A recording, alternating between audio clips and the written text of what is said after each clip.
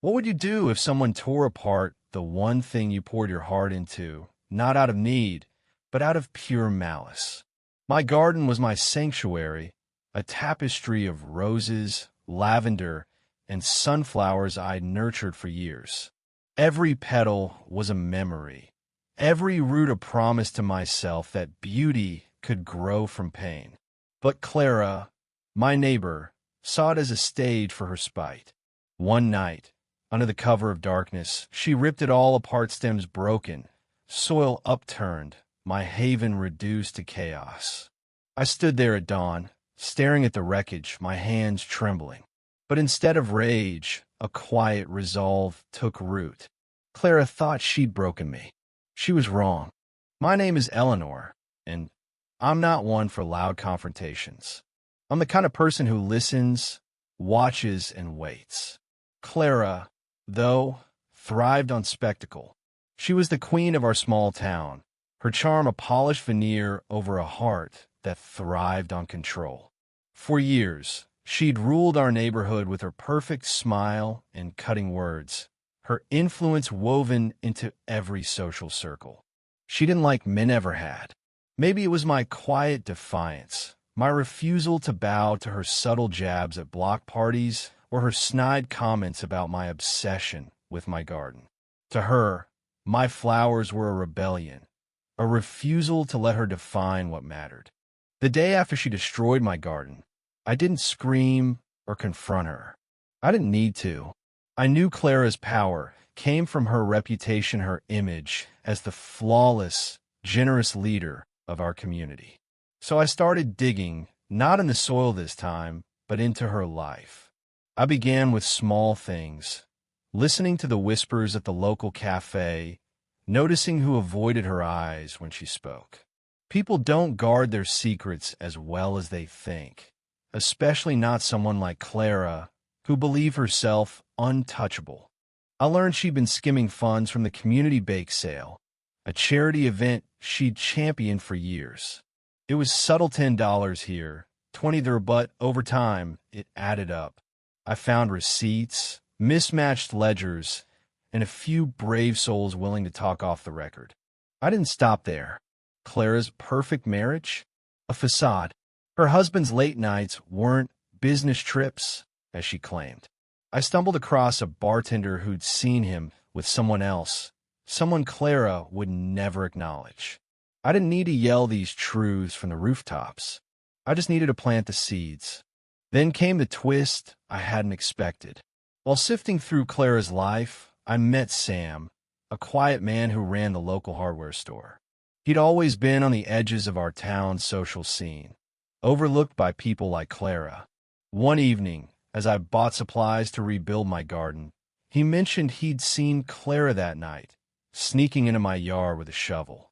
He hadn't said anything before, afraid of her influence, but he'd kept a photo on his phone blurry but unmistakable. Sam's confession changed everything. He wasn't just a witness.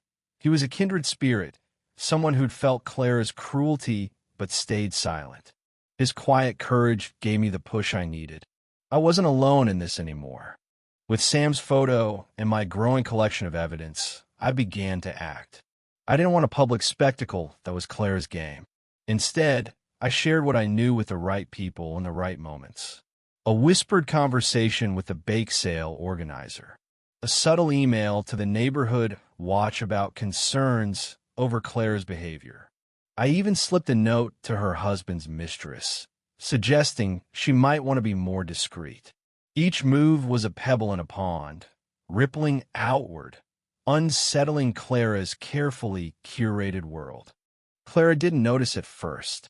She was too busy basking in her usual glow, hosting her annual garden party, ironic, given what she'd done to mine. But the whispers grew louder. People stopped returning her calls. The bake sale committee asked her to step down. Her husband started staying home, his face drawn, their arguments audible through their open windows. Clara's smile faltered, her confidence cracking like dry earth. I rebuilt my garden slowly but surely. Each new seedling felt like a small victory, a reclaiming of what she'd tried to take. Sam helped, bringing over tools and offering quiet company.